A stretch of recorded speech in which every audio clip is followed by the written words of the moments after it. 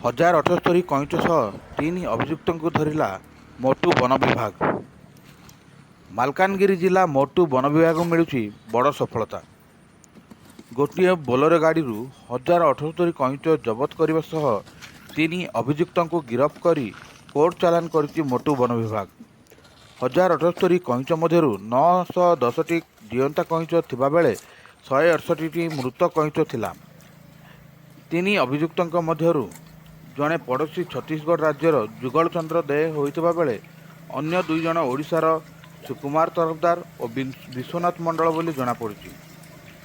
ଖାଇବା ପାଇଁ ବିକ୍ରୟ ଉଦ୍ଦେଶ୍ୟରେ ଆନ୍ଧ୍ରପ୍ରଦେଶରୁ ଓଡ଼ିଶାକୁ ଚାଲାଣ ହେଉଥିବା କଇଁଛଗୁଡ଼ିକ ମୋଟୁ ବନ ବିଭାଗ ପକ୍ଷରୁ ସୂଚନା ମିଳିଛି। ମାଲକାନଗିରିରୁ ବାଦଲ ବିଶ୍ୱାଳଙ୍କ ରିପୋର୍ଟ, ONI ନ୍ୟୁଜ୍।